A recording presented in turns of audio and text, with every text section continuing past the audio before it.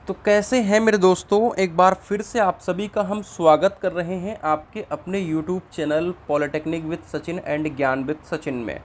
तो दोस्तों, सीवीटी लीट 2026 के लिए क्या क्या इम्पोर्टेंट डॉक्यूमेंट्स हैं वो आप समय रहते बनवा लीजिए, और फिजिकल रिपोर्टिंग का प्रोसेस क्या होता है वो भी आज की इस वीडियो में समझा देता हूँ।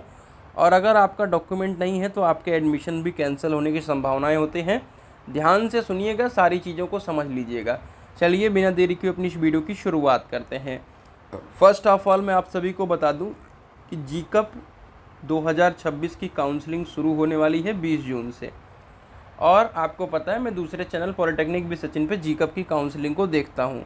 तो भाई, जिन लोगों को सीवीटी लीट की काउंसलिंग कराना है वो लोग अपना पेमेंट वगैरह करके अपना नाम नोट करा लीजिए, ठीक है। क्योंकि मैं जीकप की इतनी भयंकर भीड़ के अंदर मैं आप लोगों की काउंसलिंग बहुत सारे लोगों का नहीं देख सकता, ठीक है। तो अब जितने लोग मुझे जान रहे हैं, जैसे भी हैं, उनको पता है कि मैं बीआईटी में हूँ, पिछले 3 सालों से आपकी काउंसलिंग वगैरह को देख रहा हूँ। तो आपकी काउंसलिंग जो भी हमारे पास 50 से 100 बच्चे होंगे मैं उनकी काउंसलिंग करके दूंगा। बट जिनको भी कराना है अपना फ़ीस वगैरह पेमेंट करके नाम नोट करा लीजिए। अगर आप सोचें कि मैं आने वाले समय में बहुत डिटेल में रिप्लाई कर पाऊँगा तो नहीं कर पाऊँगा, उसके लिए माफ़ी है।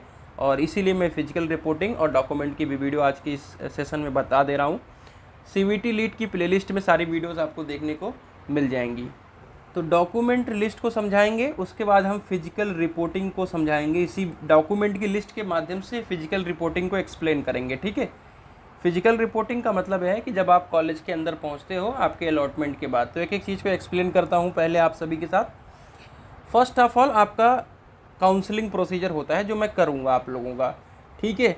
अब जीकप में क्या होता था मेरे दोस्तों, ठीक है, जीकप में क्या होता था आप लोगों का कि इधर कॉलेज अलॉट हुआ तो उधर आपको क्या करना होता है, उधर आपको कॉलेज पहुंच जाना होता है और आपकी रिपोर्टिंग होती है। लेकिन यहाँ पर ऐसा नहीं होता है। यहाँ पर आपका 1 से लेकर के 4 राउंड चलेगा। उसके बाद एक डेट मिलेगी कि 3 से लेकर के 6 तारीख तक आपको रिपोर्टिंग करना है अपने कॉलेज में अलॉटमेंट वाले डेट पर, ठीक है। क्लियर बात है। तो यहाँ पर एक ही डेट पर सभी लोग आ जाते हैं, यानी सारे राउंड वाले आएंगे। इस बात का आप लोग ध्यान रखिएगा। जीकप की तरह नहीं है। अगर आपका रिजल्ट नहीं आता है तो क्या केस होता है, जैसे रिजल्ट नहीं आता है डिप्लोमा का तो क्या किया जाता है। देखिए, कुछ कॉलेज आपको एक अंडरटेकिंग मांगते हैं, ठीक है, जो कि AKTU फॉर्मेट का होता है। आपको 10 रुपये के स्टैम्प पेपर पे देना होता है। जैसे हम BIT कॉलेज में थे, ठीक है, तो हमारा कोई भी अंडरटेकिंग नहीं लिया गया था। बस हमें एक एप्लीकेशन लिखना पड़ा और हमारे डीन से जा करके उस पर साइन करा लिया गया, ठीक है। तो कई कॉलेजों का ड्रामा है, कई कॉलेजों का नहीं है। वो कैसे क्लियर होगा वो मैं आने वाले समय में आपको बताऊँगा, ठीक है। रिज़ल्ट नहीं आता है तो आपको वही प्रोसेस फॉलो करना होता है। मार्कशीट कौन कौन सा लगता है, डिप्लोमा का लगता है, हाई स्कूल का, इंटरमीडिएट का। अगर आपका रिजल्ट मान लो आ गया है तो फाइनल डिप्लोमा नहीं रहता है। तो कई कॉलेज वाले कहते हैं कि डिप्लोमा के ऊपर आप मोहर लगवा लीजिए, ठीक है।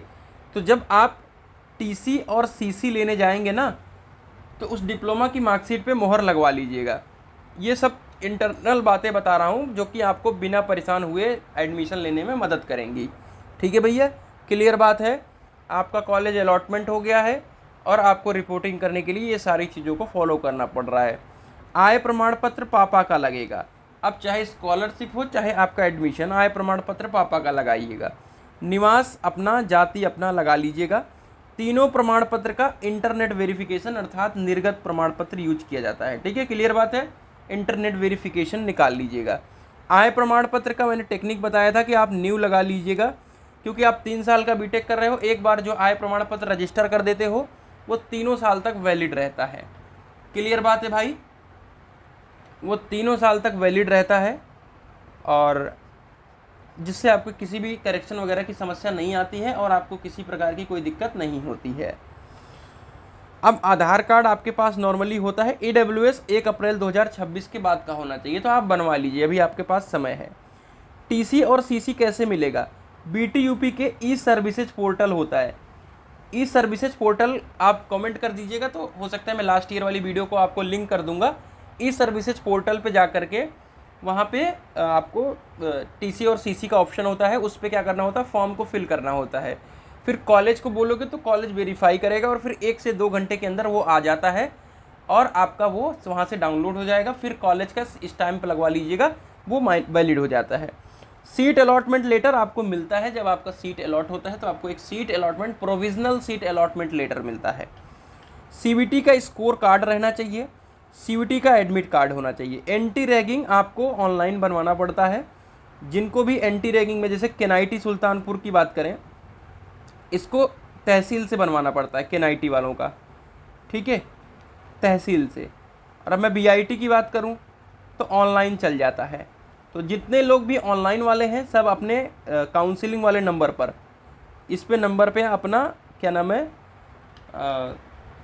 अपना एंटी रैगिंग बनवा लीजिएगा। बाकी काउंसलिंग की फ़ीस जो है वो 250 रुपये है, आपको मैंने ऑलरेडी बता रखा है, ठीक है। तो आप अपना फ़ीस पेमेंट करके नाम वगैरह नोट करा लीजिएगा। गैप सर्टिफिकेट, जैसे आप डिप्लोमा के बाद 1 साल का गैप लिए हैं तो गैप सर्टिफिकेट अपने तहसील से बनवा लीजिएगा, मेडिकल लगा दीजिएगा उसमें। फ़ोटो 5 से 10 रखिएगा। मेडिकल AKTU फॉर्मेट में बनेगा, उसकी PDF मैं टेलीग्राम पे भेज दूंगा, तो उस PDF को निकाल करके उस फॉर्मेट में अपने मतलब जो जिला अस्पताल होती है वहाँ से जा करके मोहर लगवा लीजिएगा।